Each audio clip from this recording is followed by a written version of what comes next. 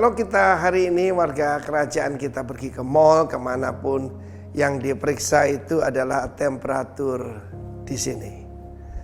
Nah seringkali saya lihat ya pernah sekali kedinginan, tidak tahu gimana alatnya, error 34. Tapi sebetulnya yang harus diperiksa itu hati kita. Hari ini let us check keadaan hati kita, harusnya panas bagi Tuhan. Karena saya punya pengalaman, kalau ada kehadiran daripada Tuhan jadi hangat. Ada kasih itu hangat. Tapi ketakutan itu dingin. Bahkan literally kalau saya melakukan pengusiran roh jahat, temperatur bisa drop saudara. Karena itu membawa ketakutan. Di dalam 2 Timotius 1 ayat 7, maka dikatakan dalam terjemahan The Translation, God never give you the spirit of fear. Fear ternyata spirit saudara.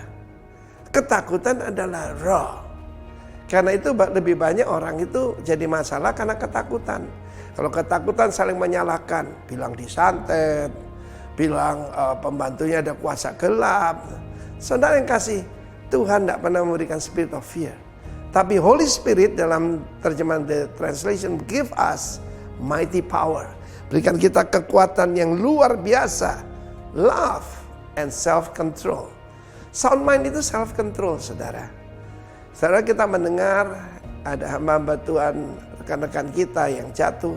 Jangan disebarkan, jangan diceritakan. Karena itu tidak mempermuliakan Tuhan. Doakan saja. Tetapi sesungguhnya self-control itu sangat kita butuhkan. Saya ingat apa dikatakan oleh Nelson Mandela. Dia berkata bahwa kamu boleh punya hikmat seperti Salomo, memuji Tuhan seperti King David, kamu punya yaitu hebat berperang seperti Yosua, tapi kalau kamu tidak punya penguasaan diri, self-control seperti Joseph, kamu akan berakhir seperti Simpson. Buta, jadi pelawak, jadi tertawaan, mempermalukan Tuhan. Pasti nggak ada deh bagi kita yang mau itu. Ingat, mulainya daripada roh ketakutan.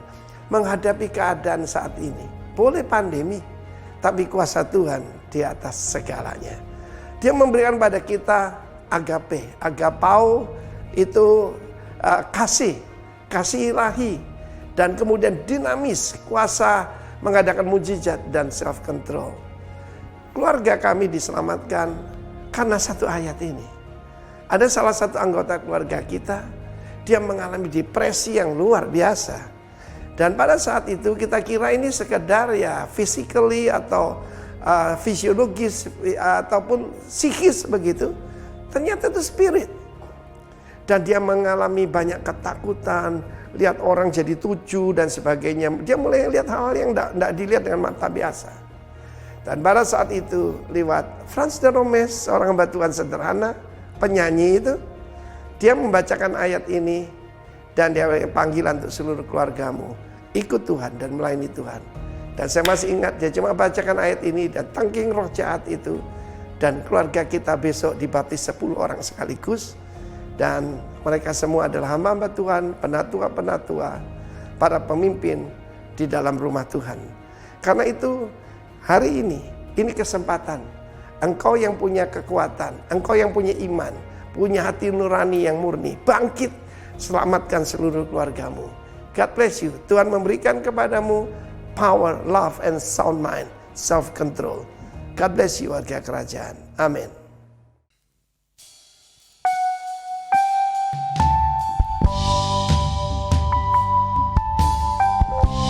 Kami memuji kebesaran-Mu Tuhan. Tiada Allah lain seperti Engkau. Yesus Tuhan. Unto the Lord all the praises I sing, all the glory I give, for as long as I live. Unto the Lord all the praises I sing, all the glory I give, forevermore. Unto the Lord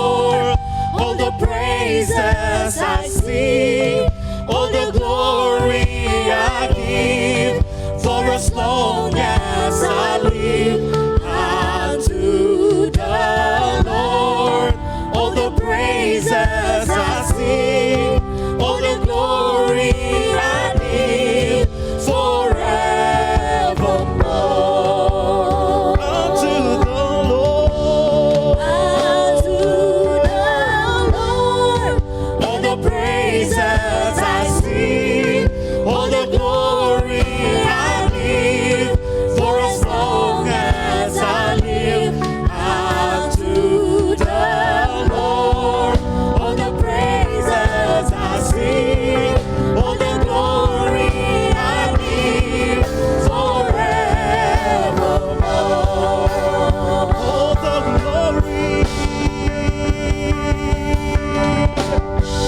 all the glory, all the honor be unto the name of Jesus.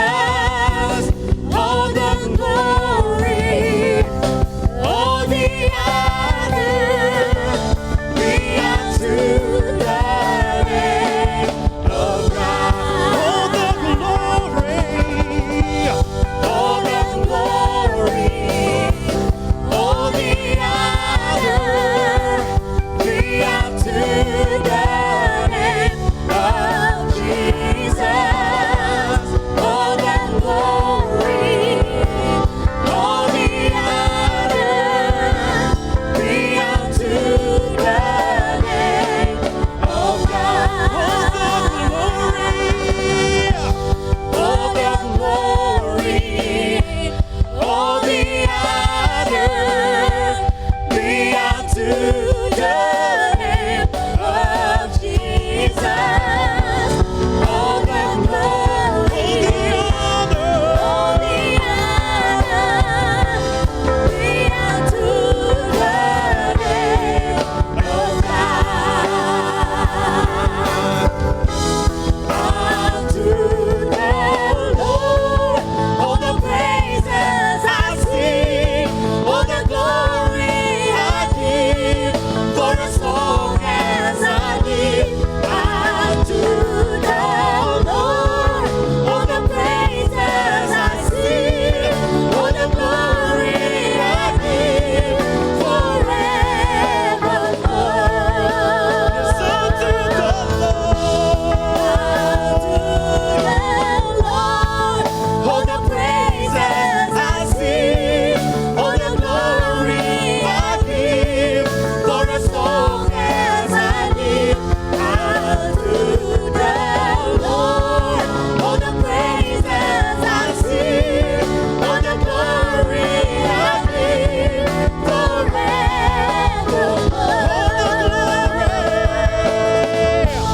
All the glory, all the honor be unto the name of Jesus. All the glory, all the honor be unto the name of God. All the glory, all the honor be unto the name of Jesus. All the glory, all the honor be unto the name of God. To the name of God. To the name of God.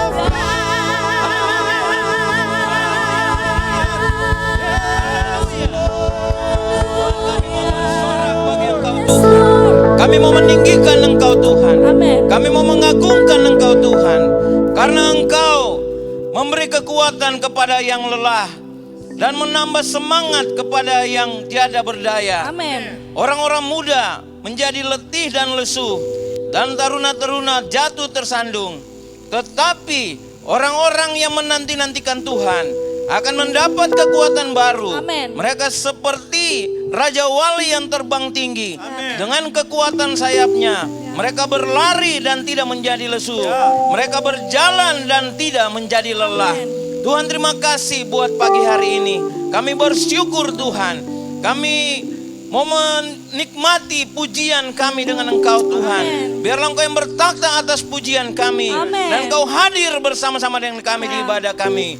Kami dedikasikan ibadah kami hanya di dalam satu nama, yaitu di dalam nama Yesus Kristus Allah yang hidup. Haleluya. Amin. Segala pujian hanya bagi Engkau Tuhan. Yes.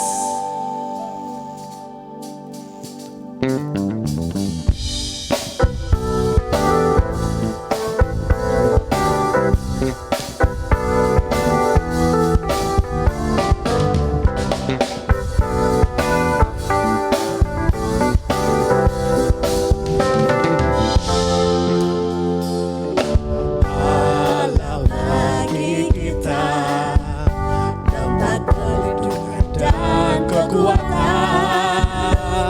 Dia sebagai penolong dalam kesesakan. Sebab itu aku takkan goyah. Seperti nama-Mu Tuhan, demikian dengan kemasyuran-Mu. Sampai ke ujung bumi, tangan-Mu Tuhan penuh keadilan. Sekalipun bumi bergoncang dan gunung-gunung beranjak, namun kasih setia-Mu Tuhan takkan pernah jauh dari sekalipun bumi bergoncang dan gunung-gunung beranjak, namun kasih setia-Mu Tuhan takkan pernah jauh dariku.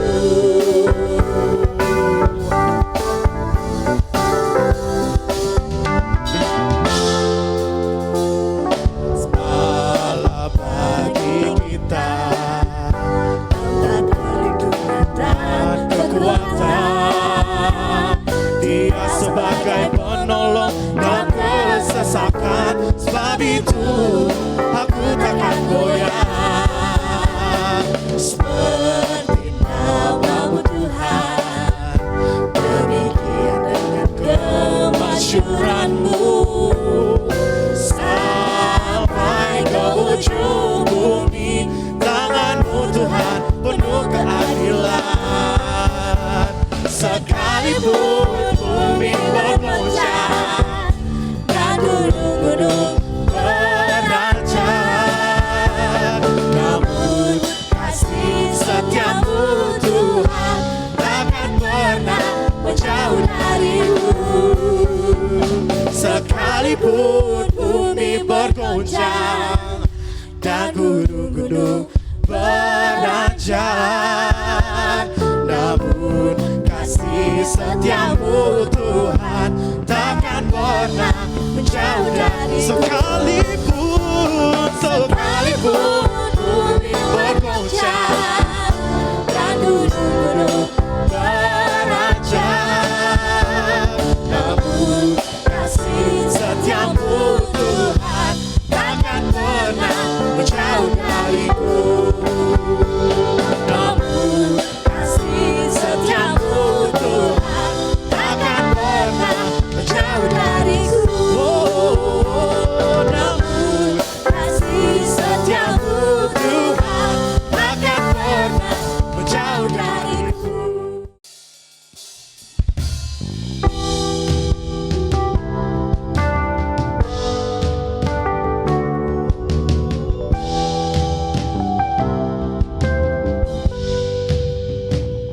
Oh Yesus,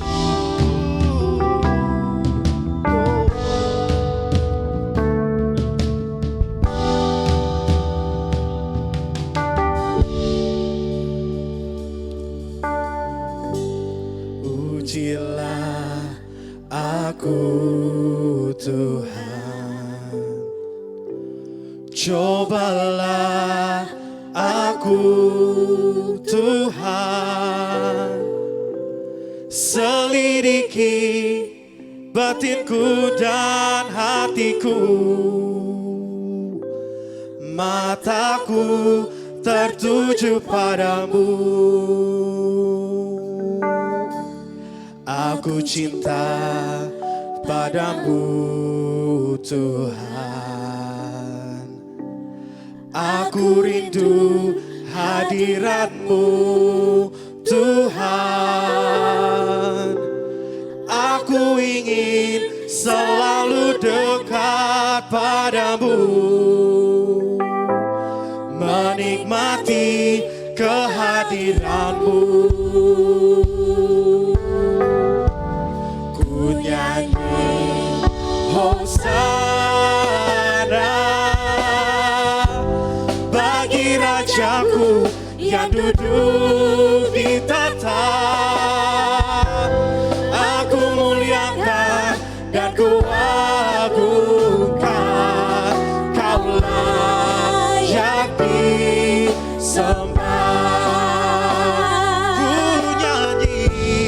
Ku nyanyi Hosana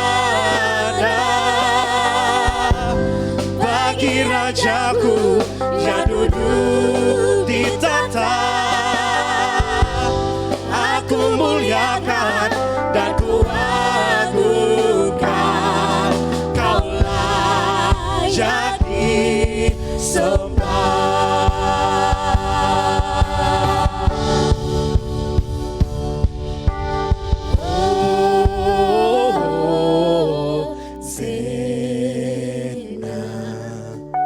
Hosana,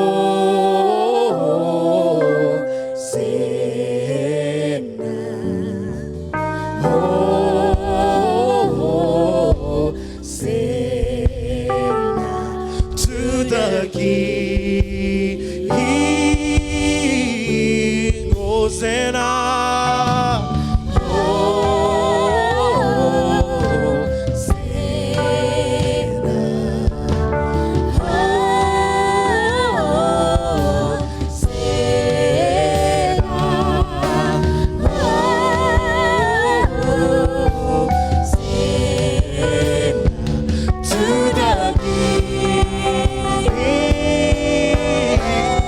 Ku agungkan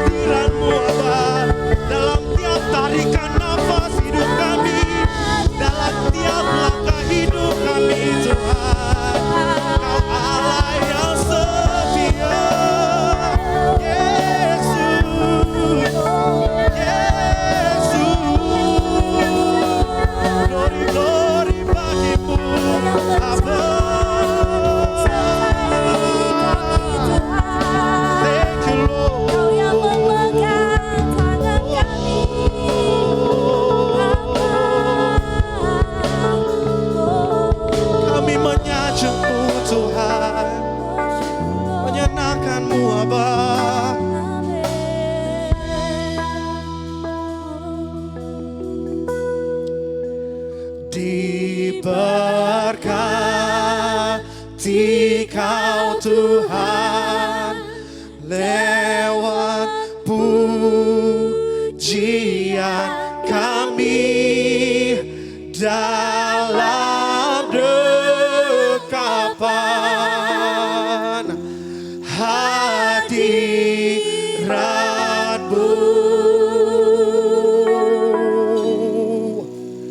Memenuhi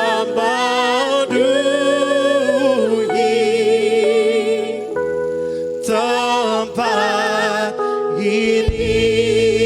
Diberkati Kau Tuhan, diberkati Kau Tuhan dengan pujian kami dalam dekapan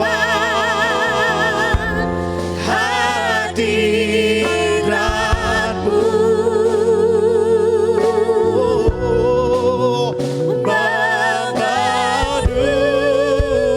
Memenuhi tempat ini. Diberkati Kau Tuhan dengan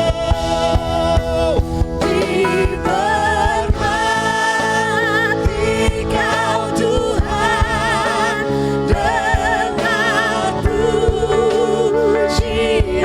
kami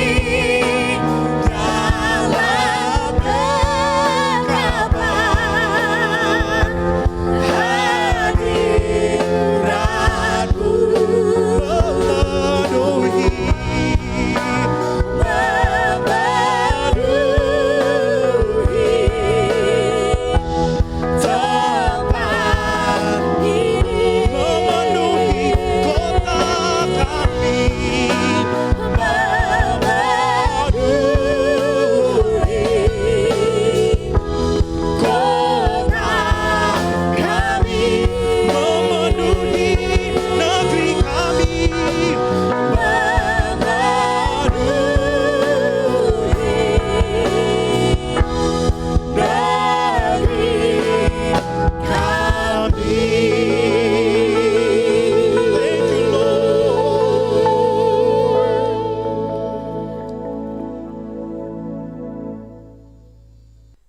Salam sejahtera saudara-saudara yang dikasihi dalam Tuhan Yesus Kristus. Apa kabar Rock Makassar? Saya sudah begitu rindu untuk bertemu dengan saudara-saudara sekalian. Saya dan istri saya mengharapkan sekali kita berdoa supaya ketika musim ini lewat, kita bisa datang berjumpa lagi untuk bersama-sama memuliakan Tuhan dan melakukan pekerjaan Tuhan bersama-sama. Saya percaya sekali bahwa Tuhan punya rencana yang indah buat kita sekalian. Hari ini saya akan berbicara pada saudara, tetap masih dalam tema kita yang besar, yaitu Emerging Leadership, di mana pada bulan keempat ini kita membahas tentang strategi yang kita pakai untuk kemudian dapat membangkitkan generasi baru untuk dapat menjadi pemimpin-pemimpin baru. Toh kita semua sudah mengerti bahwa kita sekarang sedang hidup di zaman di mana pergerakan Tuhan yang paling luar biasa sedang Tuhan bawa ke muka bumi ini, yaitu pergerakan keimamatan semua orang percaya, di mana semua orang percaya akan terlibat dalam pelayanan. Nah, kita akan membuka Alkitab kita dengan membaca dalam Injil Yohanes pasalnya yang ke-20. Kita akan membaca ayat 19 sampai ayatnya yang ke-23. Di dalam pembacaan ini saya ingin berikan dulu settingnya pada saudara-saudara sekalian supaya ini berhubungan dengan strategi yang bakal kita bawa.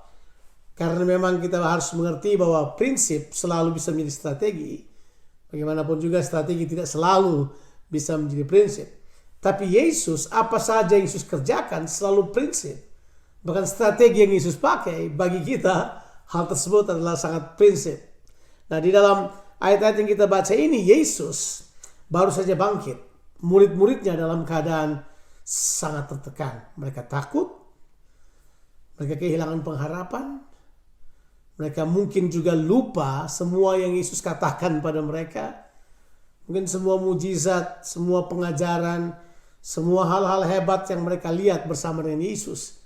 Bisa saja hal itu sudah tidak ada lagi di dalam ingatan mereka. Karena mereka dicekam oleh ketakutan, mereka dicekam oleh kepanikan, mereka dicekam oleh stres yang begitu berat. Mereka dalam keadaan kehilangan pengharapan, seperti pengharapan terkubur dengan matinya Yesus 3 hari sebelumnya. Dan sekarang Yesus bangkit dan datang pada mereka. Dan lihat bagaimana Yesus menggunakan prinsip, bagaimana Yesus menggunakan prinsip kekekalan untuk encourage mereka, supaya mereka bisa berdiri kembali dan mengerjakan apa yang Tuhan minta mereka kerjakan. Saya ingin bacakan ayat-ayat ini kepada kita sekalian. Ayat 19 dari Yohanes pasalnya yang ke-20. Ketika hari sudah malam pada hari pertama minggu itu, berkumpullah murid-murid Yesus di satu tempat dengan pintu-pintu yang terkunci karena mereka takut kepada orang-orang Yahudi. Pada waktu itu datanglah Yesus dan berdiri di tengah-tengah mereka dan berkata, "Damai sejahtera bagi kamu." Dan sesudah berkata demikian, ia menunjukkan tangannya dan lambungnya kepada mereka. Dan murid-murid itu bersukacita ketika mereka melihat Tuhan. Maka kata Yesus sekali lagi, "Damai sejahtera bagi kamu. Sama seperti Bapa mengutus aku, demikian juga sekarang aku mengutus kamu."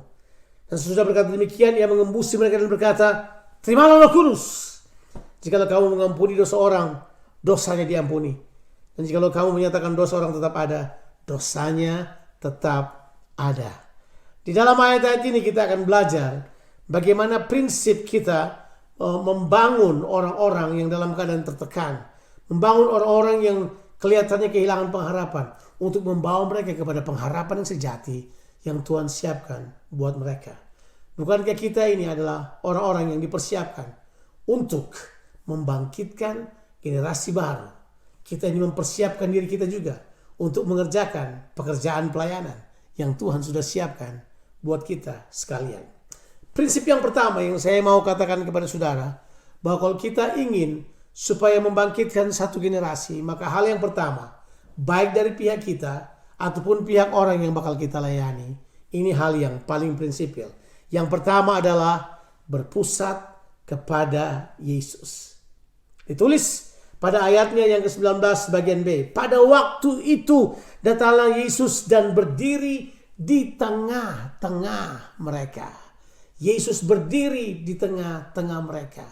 Dia mengambil tempat di pusat mereka. Dia mengambil tempat di center dari kehidupan mereka. Dia mengambil tempat di center dari pertemuan mereka.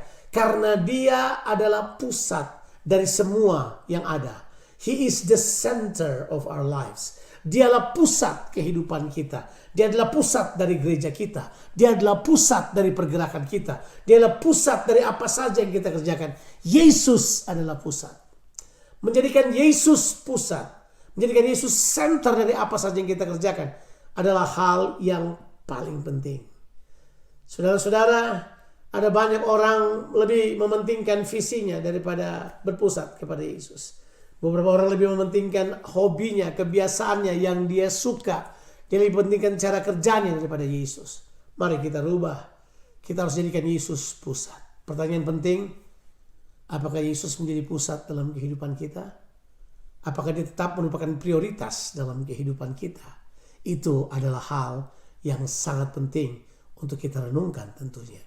Tapi sebagai strategi, itu harus sesuatu yang sudah teraplikasi dalam kehidupan kita. Sewaktu kita melayani generasi muda, kita melayani orang-orang yang ada di sekitar kita, kita menunjuk kepada Yesus. Seluruh kegiatan kita menunjuk kepada Yesus. Seluruh kegiatan kita berpusat pada Yesus. Semuanya, hasilnya berpusat kepada Yesus. Apapun tidak ada tentang kita, semuanya tentang Yesus. Karena dia adalah pusat dari segala-galanya. Itu prinsip yang pertama. Sekarang kita akan masuk pada prinsip yang kedua. Waktu dia sampai kepada mereka, dia berdiri di tengah-tengah mereka dan dia berkata, "Damai sejahtera bagi kamu." Prinsip yang kedua adalah dalam kita mengerjakan hal ini, strategi kita adalah strategi damai sejahtera. Kata damai sejahtera tentu adalah sebuah ketenangan batin yang luar biasa di tengah-tengah turmoil yang banyak. Itu Irene, bahasa Yunaninya. Tapi damai sejahtera juga punya pengertian adalah ini. Kita menjadi orang yang mampu membangun hubungan karena damai sejahtera yang kita alami dalam kehidupan kita. Berarti strategi yang berikut yang harus kita kembangkan adalah strategi yang berurusan dengan membangun hubungan. Kita harusnya menjadi relational people. We should be a people of relationship. Kita harus menjadi orang yang mahir membangun hubungan. Mahir membangun hubungan ini adalah satu kualitas yang menurut saya adalah hal yang sangat penting. Ya, kita harus menjadi orang yang ramah kalau mahir membangun hubungan. Kita harus menjadi orang yang murah hati, kita harus rendah hati. Kita harus lebih membuka diri kepada orang lain supaya hubungan-hubungan terbangun dengan baik. Saudara-saudara, kepemimpinan yang harus terjadi sekarang adalah kepemimpinan yang membuka diri kepada orang lain. Kepemimpinan yang mengizinkan orang lain melihat kedalaman kita yang telah dipenuhi oleh Roh Kudus, yang penuh dengan Roh Yesus Kristus. Biar orang lihat, biar orang tahu. Sebab Tuhan mau menyatakan dari dalam kita keluar apa yang ada di dalam kita. Haleluya. Itu prinsip membangun hubungan.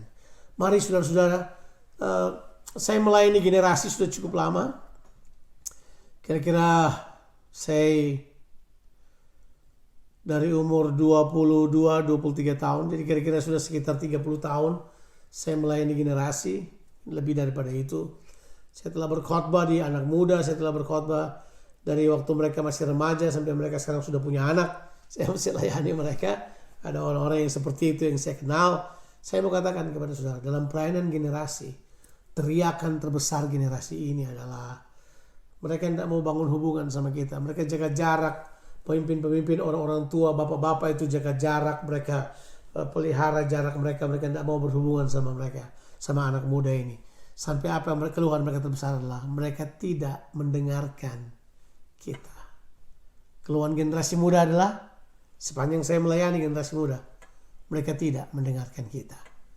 Makanya sekarang susah sekali generasi yang di atas ini, generasi tua, itu susah sekali berbicara kepada generasi muda karena mereka tidak mendengarkan pada waktu mereka ingin berbicara. Sekarang waktu orang tua ingin bicara pada anak-anak mereka, anak-anak mereka tidak mendengarkan. Mereka lebih mendengarkan informasi dari YouTube, dari televisi, dari mana saja, dari media. Suara media kelihatannya lebih powerful daripada suara orang tua mereka. Apa masalah mereka? Saya kira karena mereka tidak didengarkan. Yuk, kita harus menjadi orang yang mendengar keluhan mereka. Tapi juga kita memberi diri kita untuk dengan rendah hati dapat melayani mereka. Kita harus relational. Ingat, harga bayar daripada sebuah hubungan mahal harganya. Masih ingat Yesus? Untuk kembali memiliki hubungan dengan manusia yang terhilang karena dosa. Dia mati di kayu salib. Dia korbankan nyawanya untuk kita. Harga sebuah hubungan selalu mahal. Nah, Yesus berkata, damai sejahtera bagi kamu. Itu prinsip. Yang kedua. Dan sesudah berkata demikian, ia menunjukkan tangannya dan lambungnya kepada murid-muridnya itu. Mereka bersuka cita ketika mereka melihat Tuhan. Jadi sekarang yang ketiga. Yang ketiga adalah Yesus kemudian menunjukkan kepada mereka adalah apa yang terjadi di kayu salib. Dia menunjukkan luka, tanda bahwa dia mati, dia menderita. Jadi prinsip yang ketiga yang perlu sekali kita kembangkan, yang juga akan menjadi strategi kita adalah dalam kehidupan ini. Kita harus terus, ini prinsipnya adalah membawa kematian Kristus kemanapun kita pergi. Ini kayaknya orang pikir, wah ini kayaknya terlalu terlalu mistis barangkali. Tidak. Membawa kematian Kristus itu adalah sebuah prinsip yang luar biasa. Bahwa dalam kehidupan kita membawa kematian Kristus yang berakibat positif buat kita. Karena begini, disalib. Waktu Yesus mati, ini yang terjadi. Dia mengambil dosa kita supaya kita menerima kebenarannya. Jadi membawa kematian Kristus itu adalah kita hidup dalam kebenaran. Betul kan?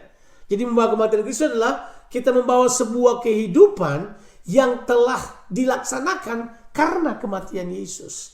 Because we have to live what He died for. Kita harus menghidupi apa yang untuknya Dia telah mati.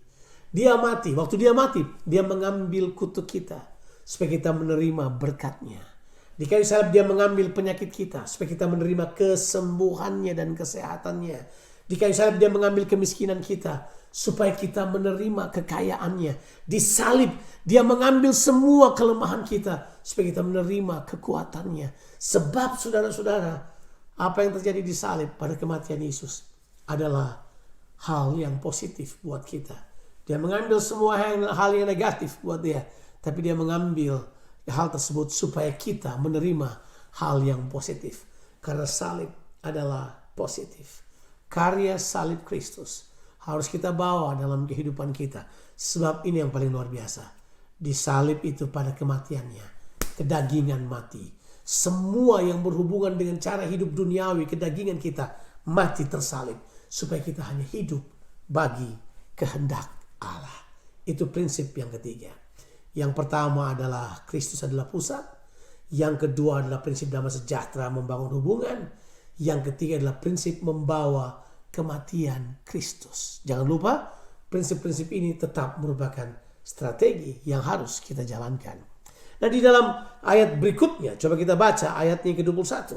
Maka kata Yesus sekali lagi, damai sejahtera bagi kamu, sama seperti Bapa mengutus aku, demikian juga sekarang aku mengutus engkau. Jadi sekarang prinsip dan strategi yang keempat adalah pengutusan.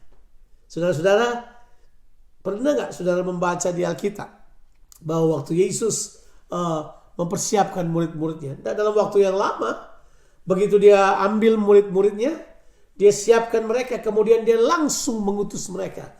Sebab pengutusan itu adalah merupakan cara terbaik untuk melepaskan murid-muridnya ini. Langsung bergantung kepada kuasa Roh Kudus. Langsung bergantung pada apa yang mereka sedang dapatkan, kebenaran yang mereka dapatkan. Murid-murid Yesus langsung diutus. Saya kira pengutusan adalah hal yang baik.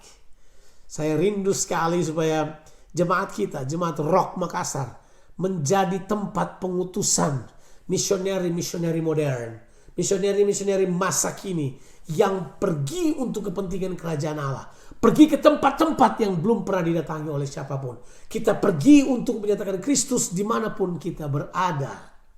Kita ini adalah orang-orang yang luar biasa, dikhususkan oleh Tuhan supaya dia dapat mengutus kita ke tempat-tempat.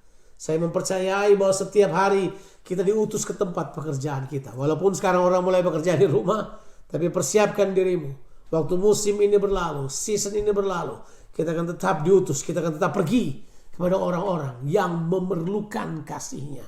Orang-orang yang memerlukan kelepasan, orang-orang yang butuh keselamatan, orang yang tertawan, orang yang miskin, orang yang susah, mereka perlu mendengarkan kabar baik dari Tuhan Yesus Kristus. Diutus harusnya merupakan sebuah kata penting buat kita. Secara pribadi kalau dibilang diutus, saya selalu berpikir demikian. Kemanapun saya pergi, di kota manapun saya ada, di tempat manapun saya ada, dalam diri saya selalu ada sense, ada perasaan di dalam saya, ada sebuah keyakinan di dalam saya. Because I'm being sent by God. Saya diutus oleh Tuhan. Saya dikirim oleh Tuhan untuk ada di sini. Saya selalu tanya Tuhan mau apa? Apa yang mau Tuhan mau saya katakan, apa yang Tuhan mau saya lakukan. Saya terbuka pada Tuhan. Sebab itu adalah hal yang luar biasa. Saya telah melihat waktu kita terbuka pada Tuhan, ada kesembuhan terjadi di dalam hati kita. Ada banyak hal yang dahsyat terjadi dalam diri kita. Kita pergi diutus kemanapun kita berada. Ada damai sejahtera yang mengikuti kita. Dia berkata, damai sejahtera bagi kamu, sama seperti Bapa mengutus aku, demikian juga aku mengutus kamu. Jadi pengutusan ini adalah sesuatu yang harusnya mutlak.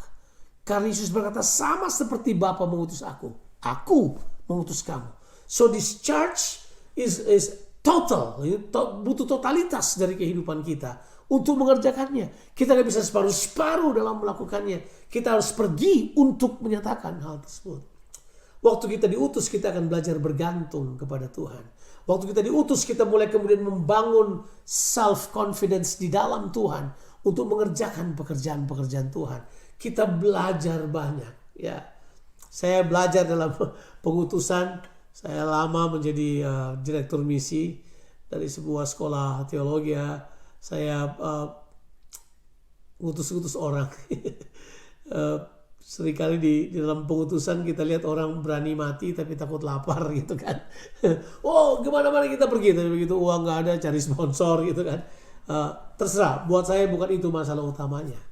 Masalah utamanya adalah apakah benar-benar kita tahu bahwa semua orang percaya sebenarnya menerima charge ini, menerima menerima perintah ini, menerima tanggung jawab ini, bahwa kita harus pergi untuk memberitakan dimanapun kita berada.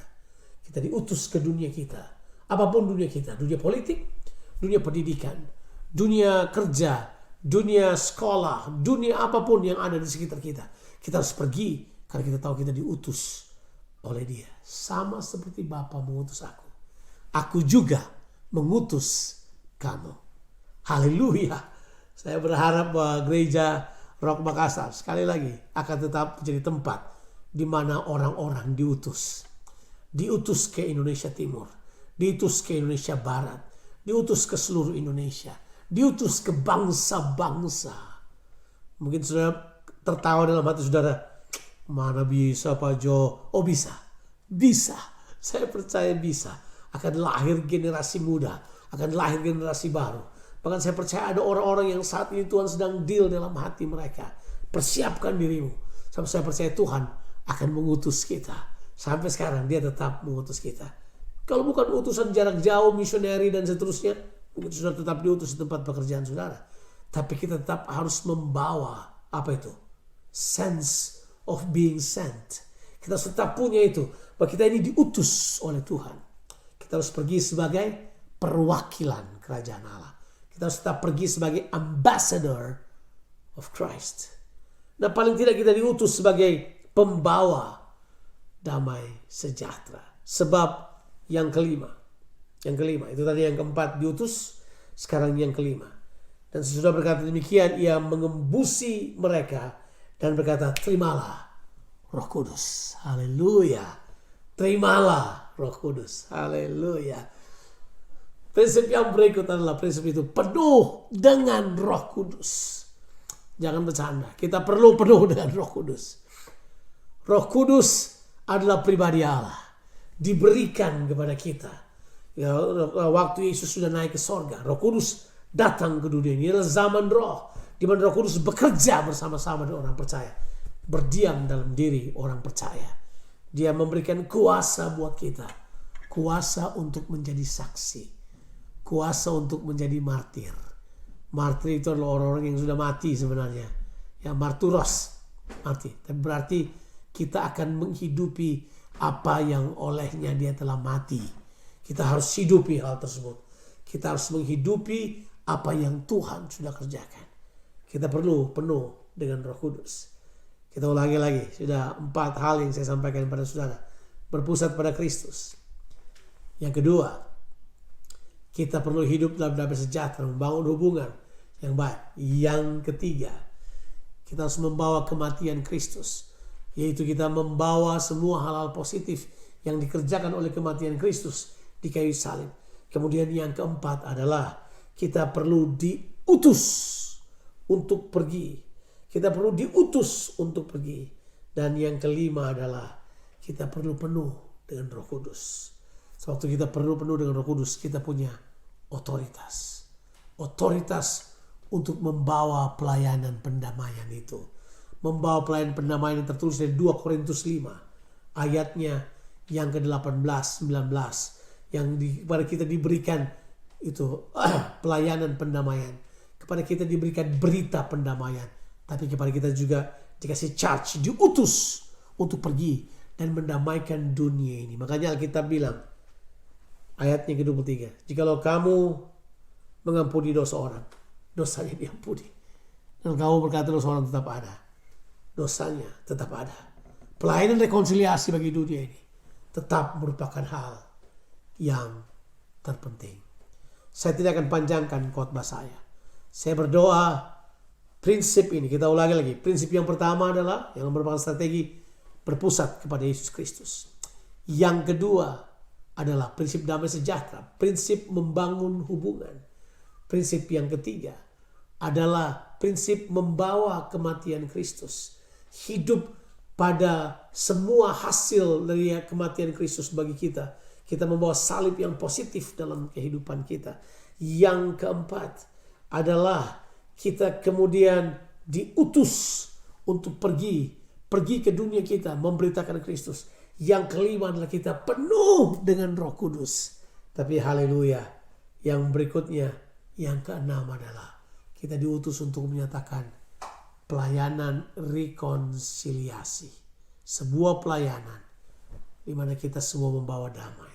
Kita berkata, berbahagialah orang yang membawa damai, karena dia adalah anak Allah. Haleluya. Mari Jemaat Rock Makassar, kita embrace, kita rangkul ini, kita hidup di dalamnya. Kiranya prinsip dan strategi ini dapat kita pakai untuk menjadi strategi kita untuk dapat membangkitkan generasi muda, membawa semua orang terlibat dalam pelayanan seperti yang Tuhan kehendaki. Tuhan memberkati kita sekalian. Haleluya. Amin. Bapak Ibu Saudara yang kekasih, mari kita siapkan hati kita, seluruh kehidupan kita untuk masuk dalam perjamuan kudus. Apapun yang saudara telah persiapkan, entahkah itu anggur atau sirup atau teh atau air putih sekalipun, bahkan roti atau biskuit, biarlah kita memaknainya bahwa kita memperingati kematian daripada Yesus Kristus.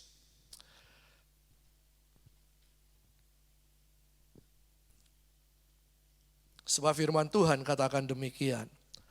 Sebab setiap kali kamu makan roti ini dan minum cawan ini, kamu memberitakan kematian Tuhan sampai Ia datang. Jadi barang siapa dengan cara yang tidak layak makan roti atau minum cawan Tuhan, ia berdosa terhadap tubuh dan darah Tuhan.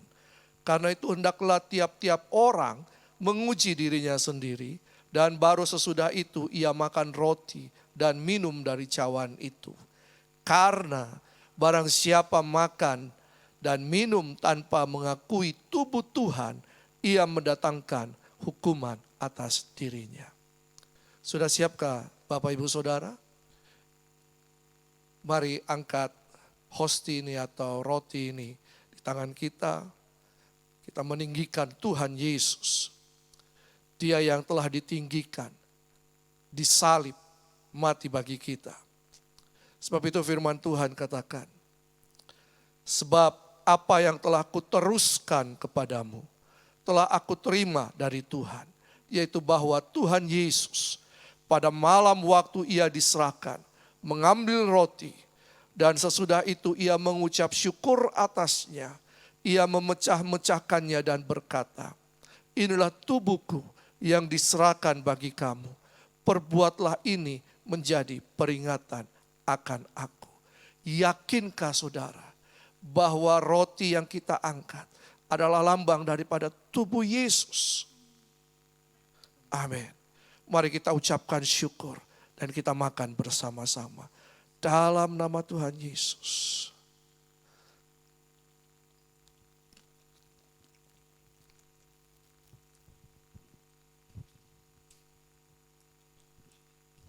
Terima kasih Tuhan. Terima kasih. Kami tahu kami bersekutu dengan tubuh Yesus. Tubuh kami menjadi kuat. Tubuh kami menjadi sehat.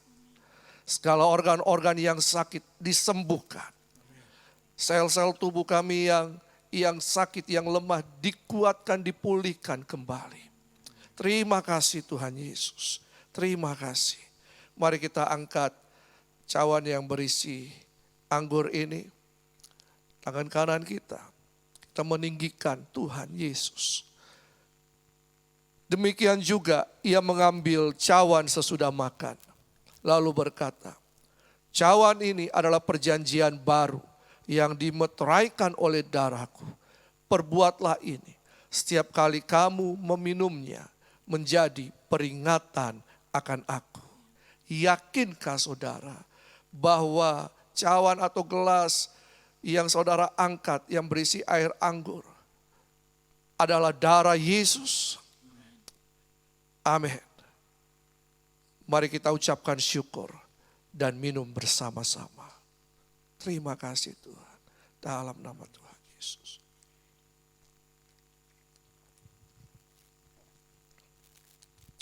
Kami bersyukur Tuhan. Terima kasih oleh bilur-bilur-Mu. Kami sudah disembuhkan. Tubuh rohani kami sembuh. Tubuh jasmani kami sehat. Terima kasih Tuhan. Dan kami percaya melalui persekutuan dengan tubuh dan darah Yesus. Janji-Mu diteguhkan di tengah-tengah kami. Kami merayakan kematian dan kebangkitan Kristus. Dan kuasa kebangkitan itu mengalir di tengah-tengah kami. Dan kami ucapkan kesembuhan, mujizat, pemulihan, bahkan kehidupan terjadi dalam nama Tuhan Yesus. Terima kasih Tuhan, kami bersyukur untuk persekutuan dengan tubuh-Mu dan darah-Mu. Terima kasih kami menikmatinya. Dan kami tahu kami memperingati kematian-Mu, yaitu Yesus Kristus Tuhan. Dan kami mendapatkan kasih anugerah daripada Tuhan. Dalam nama Tuhan Yesus. Amin. Sebelum kita akhiri, kita akan memuji Tuhan dengan satu lagu, lalu kemudian kita akan terima doa berkat.